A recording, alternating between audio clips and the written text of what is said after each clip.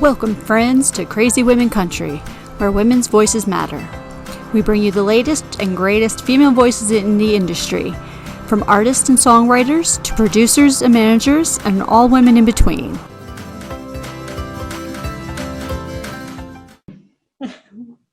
Hi, friends, and welcome to Crazy Women Country. I'm Donna. I'm Paula, and today we have Rachel Sellick from Scarlet River Management. How are you doing? I'm good, thank you. How are you? Very good, thank you. Very, very, very good. So tell us all about Scarlet River Management and, you know, what it does and how it helps artists and, you know, that sort of stuff. Yeah, for sure. So I set up Scarlet River Management in October 2019. And I set it up primarily as an artist management company within like the modern country music scene. So helping artists to kind of just to achieve their goals, really. I mean, I think as a manager, your job role is definitely to get behind the artist's vision rather than having a vision for them yourself. So I get behind, you know, the artist visions and work with artists that I feel, you know, we kind of come together really well to manage them. And then I'm also building kind of a PR side too. So working with artists when they are ready to release music and kind of getting together release strategies and social media planning and things like that. So that's probably the two kind of main avenues that Scarlet River kind of approaches at the moment. Perfect. I have to ask, with you being in the UK, why country music? No, good question. That's a fair point. To be honest, so I became a fan of country music by accident. I grew up in a church and I was in rehearsals for like the worship choir or whatever. And this song came on the speakers and it was He Ain't the Leaving Kind by Rascal Flatts. And I got a bit confused and I was like, I don't really understand like what the song is talking about. Like I didn't really get it. And they were like, oh, so I asked someone else who was there who had put on the music and he's like, oh, it's the Rascal Flatts. It's a Christian song, but it's like within country. And I was like, okay, that sounds cool. So I went home and I listened to like a ton of Rascal Flatts stuff and then also came across Carrie Underwood. And then coincidentally, that same year, she was playing in London. So I managed to get tickets to that, and it was actually the first Country to Country festival back in, was it 2012 or 13? And then off the back of that, I was just hooked on country music. So that's all I've really ever listened to, kind of from back then. So I was a fan first and foremost, and I was studying, you know, science-related stuff. I wasn't anything to do with the music industry at all. And then when I went to Country in 2017, I met somebody there who became a good friend of mine. And they were starting their journey as a musician in the country music scene. So I just kind of got on board with that, and that's kind of just where it came from.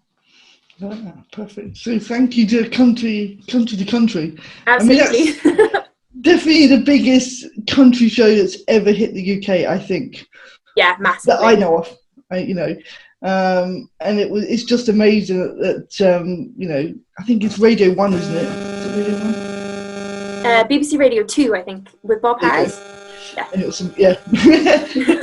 you know, he's worked so hard to bring country music out in the UK and you know, show the world what's really out there, which is it's just amazing. So Absolutely. And it's been really interesting actually to see it grow, because I remember going to the O2 Arena for the first one, and if you've ever been to the O2 Arena, there's kind of like a floor level, and then there's like level 1, and then there's like up in the sky level 4. And the first one that they did, it only ran over 2 days, and the whole of the fourth level was just like blacked out because they hadn't even bothered like trying to sell tickets there.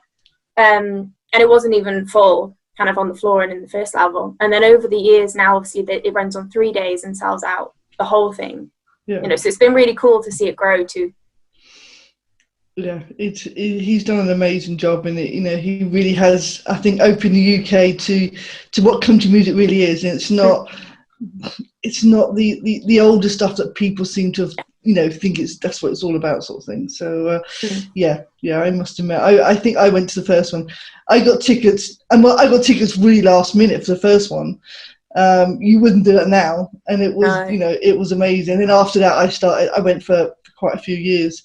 And then when they brought in the 3 days, was just amazing. I mean, whoever thought of a 3-day country music festival in the UK? I know, pretty awesome, huh? It is. But you've got the joy of not having any mud. It's all indoors. Yeah. So true. Yeah, that's one of the perks of having it indoors. That's for sure. Because I mean, in England, if it was outdoors, the likelihood would be that it would be raining and there'll be mud everywhere anyway, and that's not my scene. I can deal with it sometimes, but not very often. It'll be Glastonbury all over. But yeah. Obviously, poor Donna doesn't know these shows. No, I'm not. I'm only familiar with the fact that I know that they've been going over for the last, I guess, 10 years or so, give or take, and that's what I know. And it's just hearing about it from you guys is just a total different experience because, growing up, we had those outdoor festivals all the time here. So. But another good thing about C2C is you have the outside stages. So apart from having also your big acts inside, they brought out sort of people who was trying to make it, and it had like little stages all the way around the O2 Arena. Did they bring out the local artists? Yeah. Okay. Yeah. So a lot of English acts, bands, men, women, mixtures, whatever, and you were able to see them as well. So no matter where you went, there was that constant country music playing for the whole 3 days, which was just amazing. It was really good also, like the last couple of years as well, then bringing over like the smaller up and coming US artists. So, kind of thinking about Ashley McBride before she'd released anything, and bringing over like Jimmy Allen and Russell Dixon when they only had, say, like 1 or 2 songs out, like getting to kind of see them right from the beginning of their careers, and then being on side stages too. And then like the year after, them being on the main stage in the arena, like in the full show, and watching those kind of, and especially as British and European fans, I think we really invest. If you like an artist, you don't kind of like just like one song, you end up like in their entire set list, and a lot of people will like know what the set list is going to be before they've even like been on the stage, and will sing every single song. And I think it's very much like a nice community when it comes to country music, that thing. So that's quite nice when you get to see English and American artists kind of starting from there, from the bare bones, as you would say. Yeah, it's definitely. I mean, there's a lot of artists that have said that. I mean, I've heard Brandy say that her concerts in the UK are so different to what they are in the States. She brings out new music and she's not expecting people to know it, and we know every word, every single word, because what, as you said, once you're invested in an artist, that is it. You make sure you know their music and everything else. The only thing I did find with C2C is they have repeated a few acts. I think Carrie Underwood's been there 2 or 3 times, and it's amazing that she's coming, but there's so many amazing acts out there that they could bring over that, maybe they, as you said, maybe bring some of the more newer acts over so, people can learn more about them as well. But I think the last few years, I mean, not so much the recent years, but maybe kind of the 2nd, 3rd and 4th years of C2C, people still weren't quite invested in the really kind of out there artists. So for example, like Sam Hunt, who really pushes the boundaries of country music. The UK audience still wasn't quite sure what that was and didn't really. So I think he came once but has never been back because I don't think he quite grabbed the attention. Whereas like someone like Luke Combs, everybody loves. Like when he released his EP, I think like last week, every single song was in the top 10 country singles chart. Like he was just, he overtakes everything. And it's really interesting because there'll be some artists now, I think, that are maybe bigger in the UK than in the US. Like they love Cam and Kit Moore, Drake White, like those guys are always here. But some of the bigger ones that American, is on mainstream American radio, maybe the UK isn't quite there yet, but I think we're just a little bit behind. That's all. We're still trying to find our feet, and I went the year that they had Bradley Gilbert, and I wasn't too sure because he's very, very good, but he's a very sort of heavier kind of country. So I wasn't too sure about him, but the show, but the show he put on was just absolutely amazing, and I think I had floor suits for that as well, so that was just, and the whole floor was like it was just like I mean, it's just so good that you're able to meet so many acts over the 3 days, which I can't imagine you doing it anywhere else. I mean, it's was it 4 acts each day, isn't it? I think. Yeah, so it's like 4 artists each day on the main stage, and then obviously you have the smaller artists on like a pop-up while they change the band setups on the main stage. So you get to see like 8 or 9 artists just in that 4 or 5 hour sitting, which is awesome. Yeah, and you know, everybody, when I first went, I was like, the tickets are a bit, but when you think about the artists you're seeing, you could probably pay that for one artist, you know, or, you know, to maybe see 2 or 3 of them. So the fact that you're paying, you know, such a good price for so many actors, just, you know, it is an amazing show. So you'd have to come to the UK to see it. Okay, so we're going to have to set up a time, like, after the whole COVID thing is gone and travel freely again. And we'll have to make sure that I come over for it then. Yes, come over and see how the UK do country music. It's very different, I think, our concerts to America. I mean, they're all up and dancing, and we're a bit more, you know, we sit and listen, we enjoy. The Americans are like, you know, there's parties sort of thing. Yeah, I guess half of them are probably drunk, you know, they're just, I remember I went to see Chris Young in Nashville, in your big stadium, and it was Chris Young, Kane Brown, and then obviously because you're in Nashville, like Kelsey Ballerini turned up and Brad Paisley turned up just for like one song, just because they could, and like, and it was really interesting because it was like completely packed and sold out, this like massive arena, but it was full of younger people who were screaming and like who knew all the songs and everything, whereas like you're saying in the UK it's a little bit of probably a little bit of an older demographic, just because country music isn't instilled in people like from a young age. You kind of just discover it when you get older, and we are a little bit more reserved sometimes. We just kind of sit there. we're a bit more, you know, let's just enjoy this. I went to they did one at Wembley, and I can't remember what the show was called. I think that was like a very small C2C. I think it was like the beginning of the whole festival, and it ran so far behind, it was horrendous. But we had some major acts, and once again, it was half of Wembley Stadium, not the whole. It was literally sort of curtained off. And they had like Reba there and a few other people, but I remember seeing them sort of drag out some of the Americans that had come over because they'd got so, you know, too drunk for the whole thing. It's like, the hell?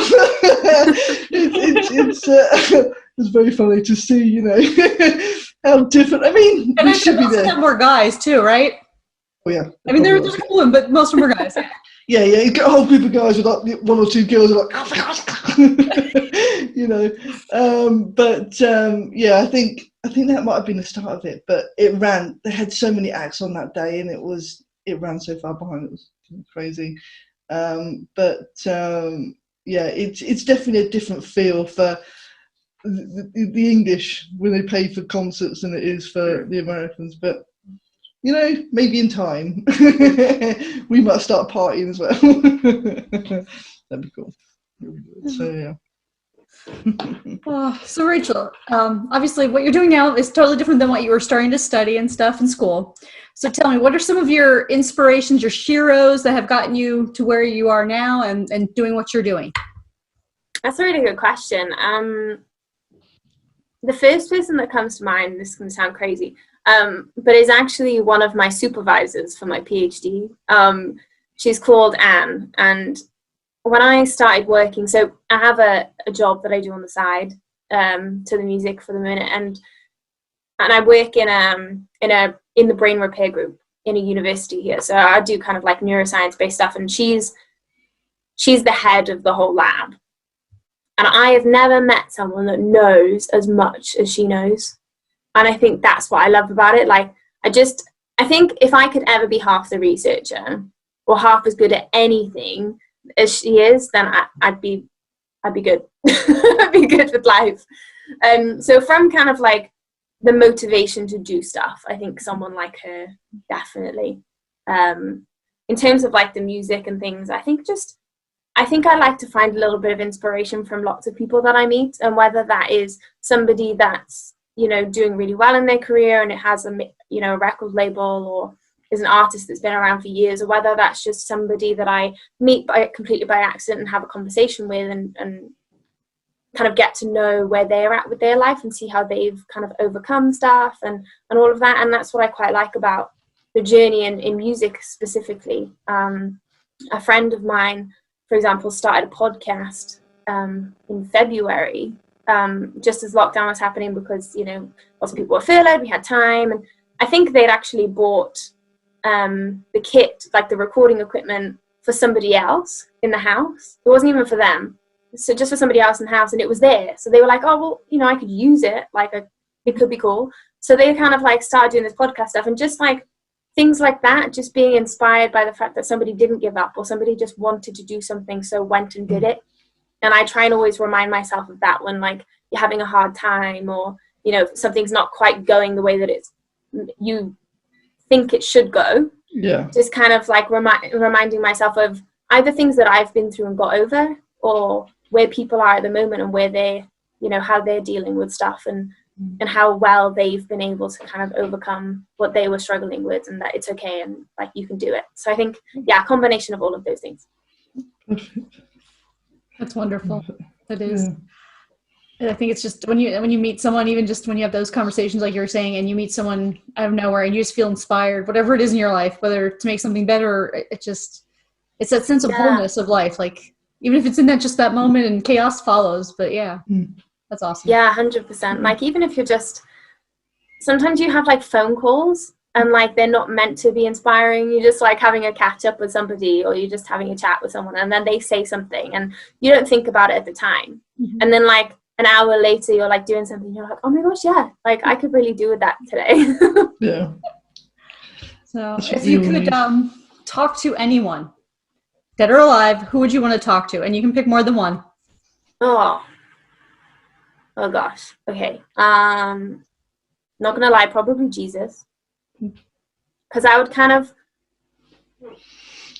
you talk to a lot of people and you read a lot of stuff about, you know, how you could live your life, or how you can do things, or how it was back then. But I think it'd be really cool to just kind of like just sit and listen to someone that has like a lot of stuff to say and a lot of stuff to talk about, and just I think you could get a lot from just having a conversation. I've always wanted to meet the Rascal Flatts, just because they are like probably my all-time favorite band. And I had these plans to go and see them in Texas on their like end of like farewell tour, and then obviously it all got cancelled because of COVID. So and then they brought out new music, and I was like, it's all good. The Rascal Flatts never end. They say they're gonna end, and then they don't, and they bring out something else, and it's great. But yeah, I think something like that. And then someone maybe like Stephen Hawking or something, you know, someone that's like just someone in an industry that's just made such an impact. And just like, because I think, especially doing what I do with like the research side of things, obviously swaying away from music for a minute, when people obviously, you read a lot about, you know, an impact that somebody has made, or whether that's like a discovery or whatever, and whether that's, you know, somebody that's made a major change in the music industry, whether that's the political aspect, the business side, or the creative element of it. And then in the science and research world, you know, somebody's created a drug that saved loads of lives or something. Like, you read about it and think that that's awesome, but it would be nice to kind of get an inside perspective or an understanding of how they feel about it. And kind of where their motivation came for it, or, you know, and all of that stuff. Because I reckon that's super different to what we read. Yeah. And I think we like look at things and we go, wow, that's amazing. But I reckon there's a lot of struggle and stress that goes behind it too. Oh yeah, I can imagine. Yeah. That sounds like the perfect person to talk to, you know, actually digging in deep to what, you know, what brought them to where they are, or what brought them to do what they did. Yeah. Yeah. That sounds amazing. Absolutely. Well, if you could thank anyone for their support for what you're doing now and where you're at, who would you want to thank? And obviously, again, more than one person.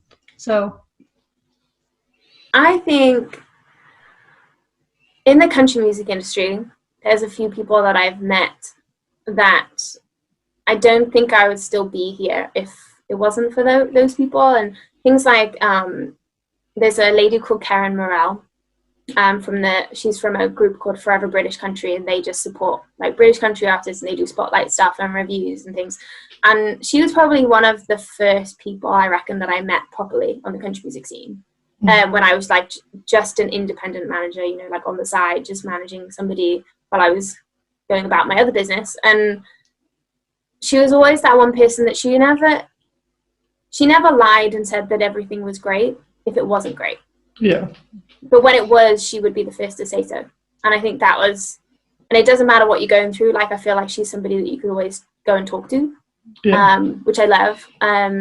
So I think, yeah, definitely someone like her. And there's quite a few people actually in the country music scene like her, that are definitely like that. And I could probably list loads of people, but we'd all get a bit bored.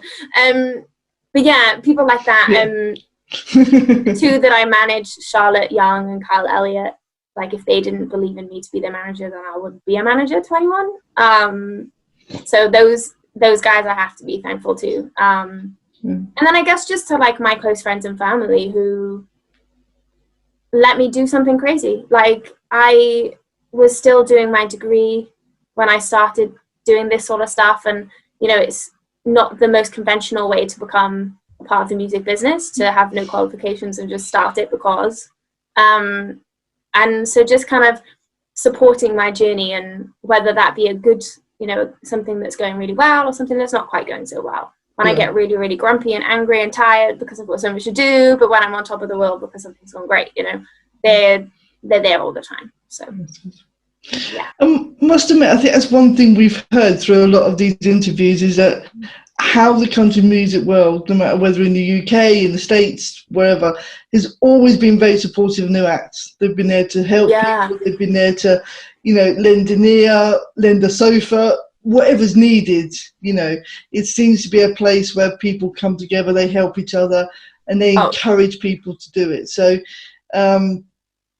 it seems, you know, like a place that, you know, okay, there's always going to be competition, but they'll guide you and help you to get to where you want to get to, sort of thing. So. Yeah, 100%. Like, the first time I went to Nashville, both times I've been to Nashville, I come away feeling completely like that, because you immerse yourself in country music for, you know, whether it's just 2 weeks or whatever. When I've been, it's been about 2 weeks, and every single time something has happened, and I'm just like blown away by the kindness and the generosity. I remember the first time I went to Nashville, we stayed in like motels and stuff outside the city. You know, I didn't have loads of money at the time. I think I'd just finished uni.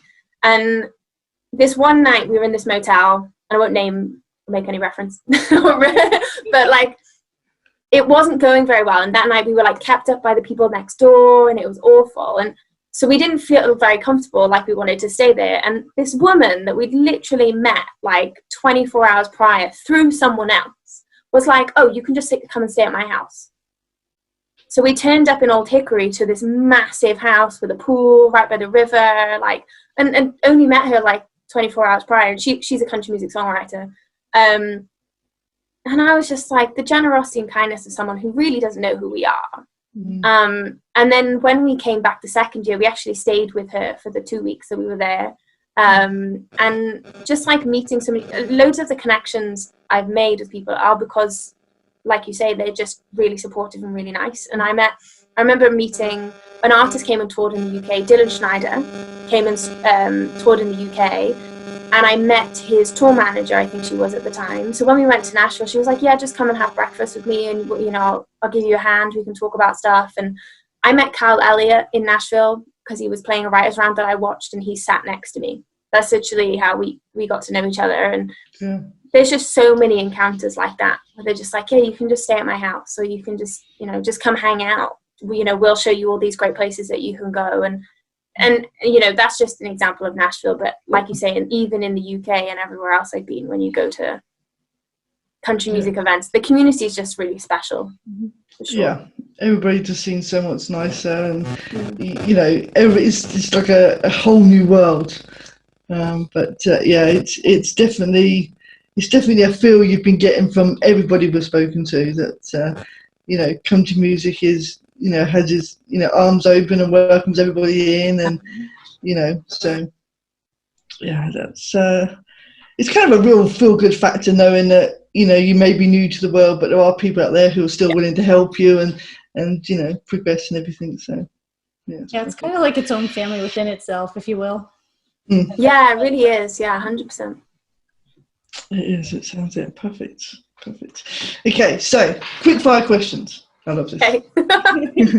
These are fun. They're dead easy. You know, first thing that comes to your mind. It's great. All right, bring it on. Okay, so early bird or night owl?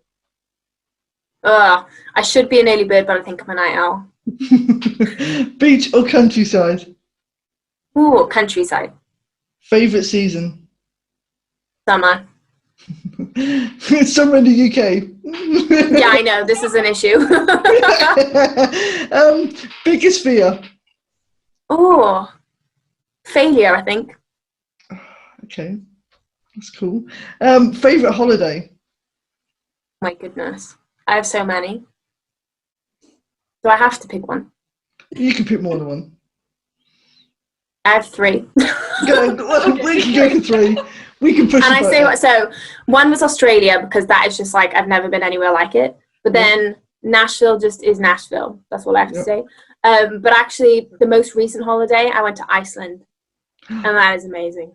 Wow, that sounds amazing. As long as you like, isn't it cold in Iceland? Freezing. And I did this like tour. I did Iceland. So basically, between lockdown 1 and 2, I was like, I've got to go away. So I went to Iceland, and then I was meant to go to Norway, but they closed their borders while I was in Iceland. So I went, okay, no worries, I'll go to Denmark. I went to Denmark, and then I went to France. And I packed for the French weather because I knew it was going to be hot. So I got to Iceland, forgot that it was like really up north and really cold. I just had nothing. It was horrible. You've got to be tough. So cold. Oh no. And favourite drink? Tea. See, British. The British and tea. It's the same thing. We discovered it's much different than the American tea. I like tea and Northern are 2 different things too. Yes. I like sweet tea, the cold stuff. Yeah. Hate unsweetened tea. Of course. I'm not a fan of hot tea. I remember having to make a hot tea through a coffee dispenser because there wasn't a kettle. I just like didn't put a coffee thing in it. It was the most confusing thing. And then there was like no milk. Yeah. I remember the one time I went. We were just talking about that. The Americans don't use milk in their tea either. I didn't use anything. Do you just drink it black? No, we usually with honey. I'm a honey girl. I just put honey with my tea. That makes it sweet. Then I have the natural sweeteners from the honey right away, and no extra sugars. And yeah, that's me. But that's probably a good idea, actually. But yeah. Yeah, I might oversweeten it though. But no, the first few times I went to Nashville, and I asked them for a hot tea. It took me like 5 requests to get what I wanted. Hot water, okay. Tea bag, okay. Milk. They just look at me as if I got 2 heads. Milk.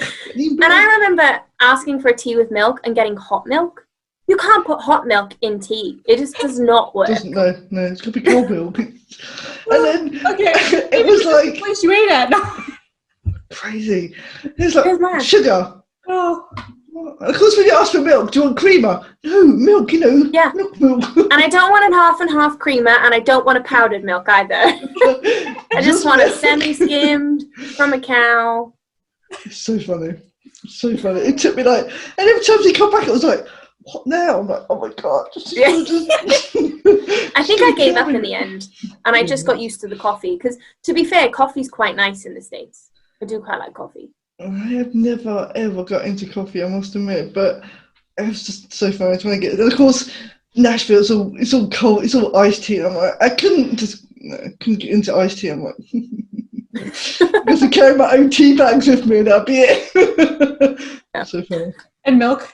Have like tea bags of milk with you? Well, I can actually drink it black, so that's not a problem. I can drink black tea as long as I've got sugar, then I'll be all right. So milk, you know, I think the milk just makes it look better. I'm gonna have to try. We're gonna have to try the honey thing next time. Yes, I'm gonna have to try. I've got honey in the cupboard. Just squirt it in. Yeah, see what happens. Yeah. And it coats your throat really nicely. Like when you're like, I know when you're sick or something, that's like the perfect lozenge if you put the honey on the tea. So. There you go. See, kill two birds with one stone. You get a great cup of tea and you kill your cold. There you go. Why have we never done this? I know. Why has the British never thought of this one? Hello.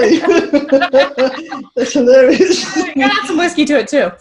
Oh, even better. Oh, Yeah. wow. Well, I must admit, the last week or so, I've been on hot toddies every night. So, trying to kill a cold. So, yeah, my hot toddy and my cup of tea next to it. So, I drink the hot toddy and then drink my tea.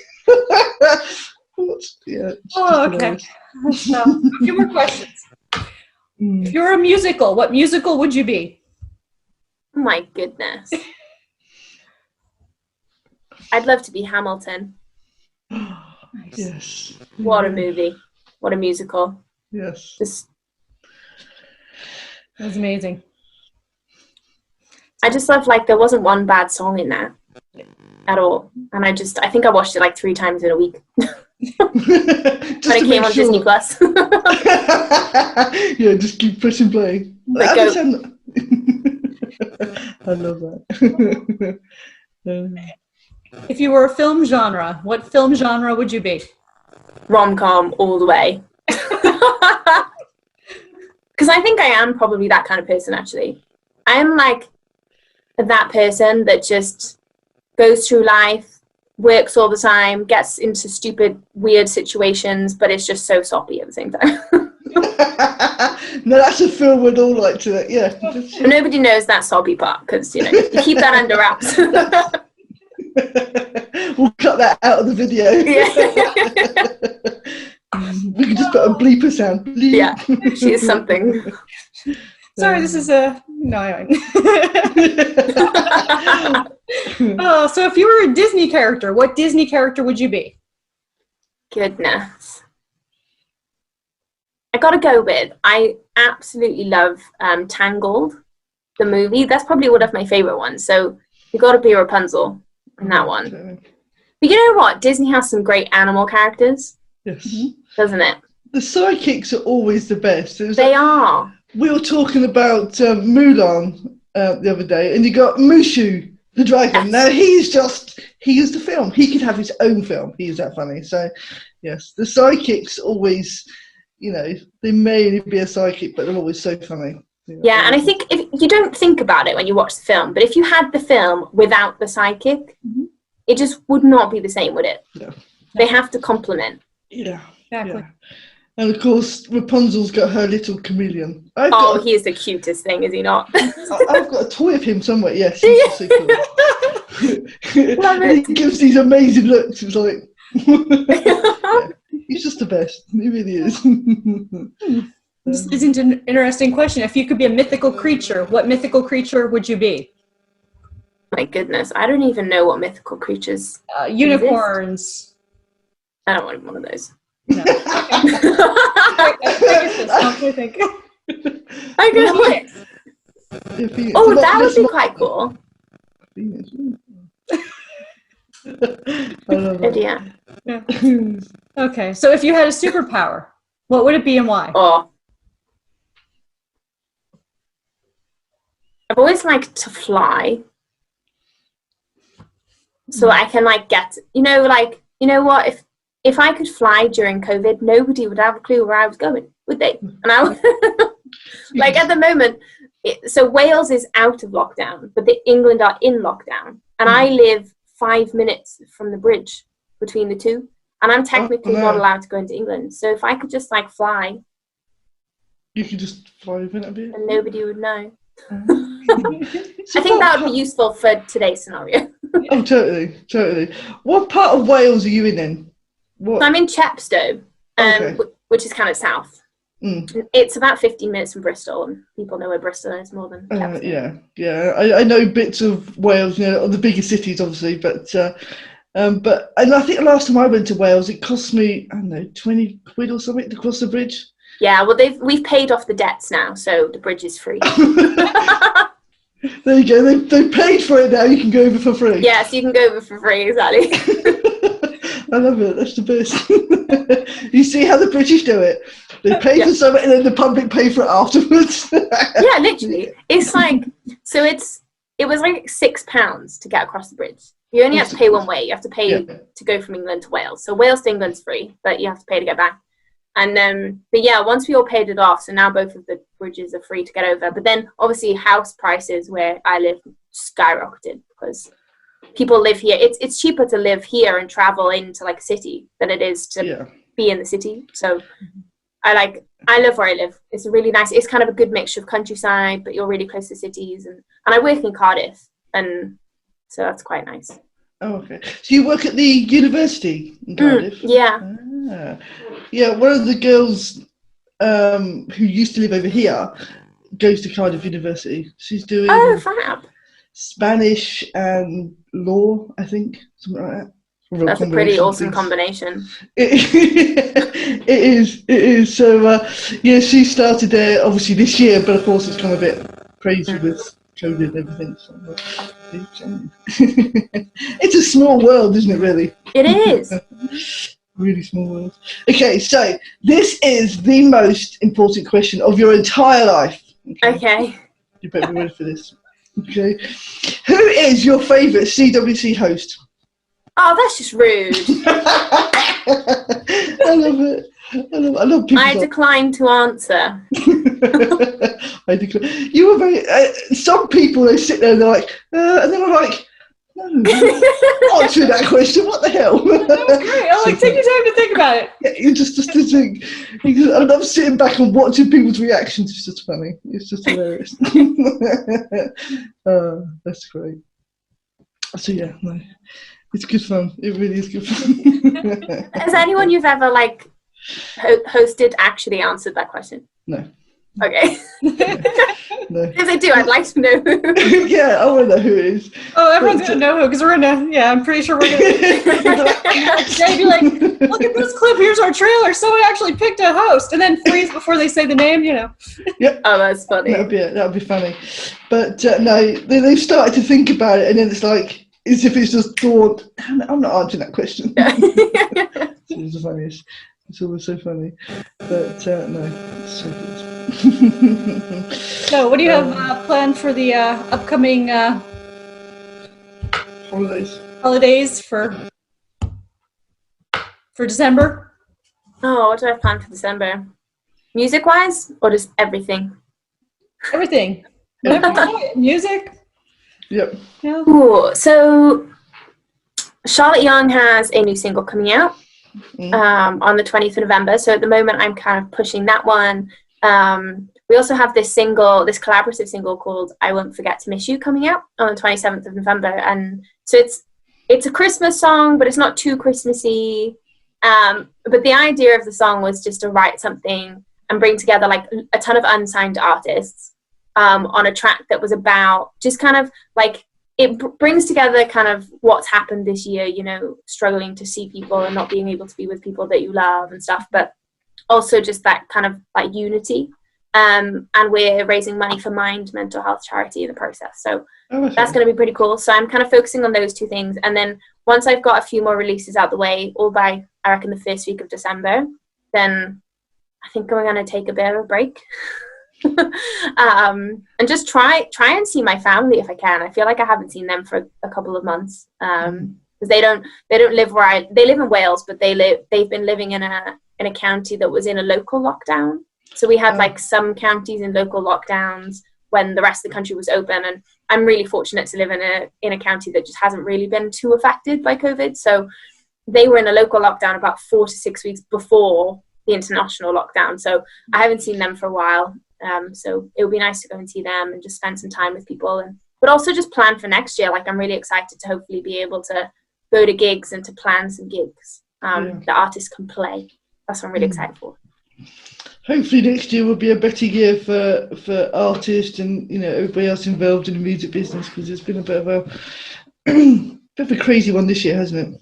Yeah, it's been a really tough one, hasn't it? And it's been really interesting to see it all develop in a way that you've had to adapt and be flexible to it, because obviously the way that you promote artists, for example, has been different. It's basically like all online, and there's no way to go and meet people, in a restaurant or in a venue supporting a bigger artist or something like that. Like there's no option to do that. So it's been really interesting to be a part of kind of how to be different and how to promote in more creative ways. Mm. But as you say, like, we live for going to see gigs and going to see, you know, artists do what they do best, which is being on a stage. So it would be really good to see that too. Yeah, that's cool. But you must admit, though, the thing with this year, it's brought everybody together in a different way. As I said, we can see 4 or 5 different acts in one night, which you'd never do normally.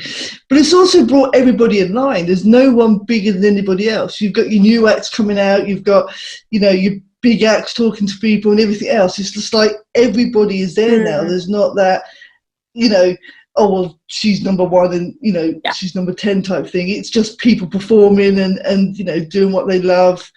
100%. It's been really nice to, like you say, because you could watch, you know, say Jimmy Allen or Lee Brice or something doing an online concert, and then that finishes, and then you go and watch an up-and-coming artist that's never done a live show before. And like you say, you can just like switch between the two. You can see artists perform who are on the other side of the country or the other side of the world, because you have access to all these social media kind of platforms and everything like that, which has been awesome. And also discovering artists that maybe you wouldn't ordinarily discover for one reason or another, whether that's being kind of where you live and that being a restriction, or just because obviously we don't all have money rolling out of our pockets. So sometimes you have to kind of think, well, you know, I've got this much to spend, so I'll probably go and see it on an artist that I love, and missing out on discovering new talent too. So it's been really awesome. Like, 100% love that. In that way, it'll be good to see how, obviously, once next year, obviously, as long as everything's okay next year and people start touring, how much things will change online. Will they still do some of these online shows? Will they keep them going? Will they still, you know, it'll be interesting to see how that changes, or, you know, how people deal with it again. So 100%. I kind of hope I hope it goes a little bit. Like, I don't think it will to the extent that it was, because I mean, every single day there was probably a 12-hour schedule of artists you could watch. But I don't think, like, obviously that's not going to be possible. But like you say, like, the way to discover new artists was kind of being online and seeing that. So if we could still do that, then that would be awesome. Like you say, as well as going out to seeing the artists that you could. Yeah, that would be awesome. That really would. So that would be fun. So all good. Perfect. So thank you very much for joining us. It's been absolutely amazing to speak to you and obviously find out more about Scarlet River Management and what you offer artists. Are you actually looking for new artists, or is it just see how it goes type thing?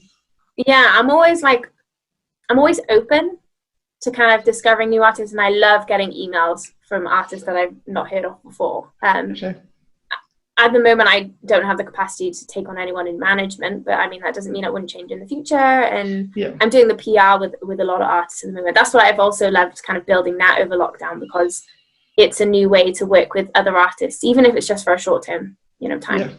That's cool. Wonderful. Fantastic. Well, thank you so much, Rachel, for being here with us today. Oh, thank you for having me. Your schedule. Yes, thank you very much. Especially the time difference as well. Yeah, I mean, it must be like 11:30. It's 11:30 for me. 11:20 for me. Yeah. And what, 6:30? 5. Damn it. It's all of these changing time zones, and then the clock's going forwards and backwards, and yeah, we had that last week, because last week was only a 5-hour time difference, and of course this week we're back to 6 hours, because their clocks have now caught up with ours. Oh, did they not change at the same time? No, we actually changed a week later than you all. That explains a lot. I had a conversation with someone the other day. It was somebody from the States who I'd organized an interview with somebody from the UK, and they were like, "Oh, that's a bit early," and I was like, "No, it's not. It's like a 6-hour time difference." And then I was like, "Oh no, hang on." Just I had no clue.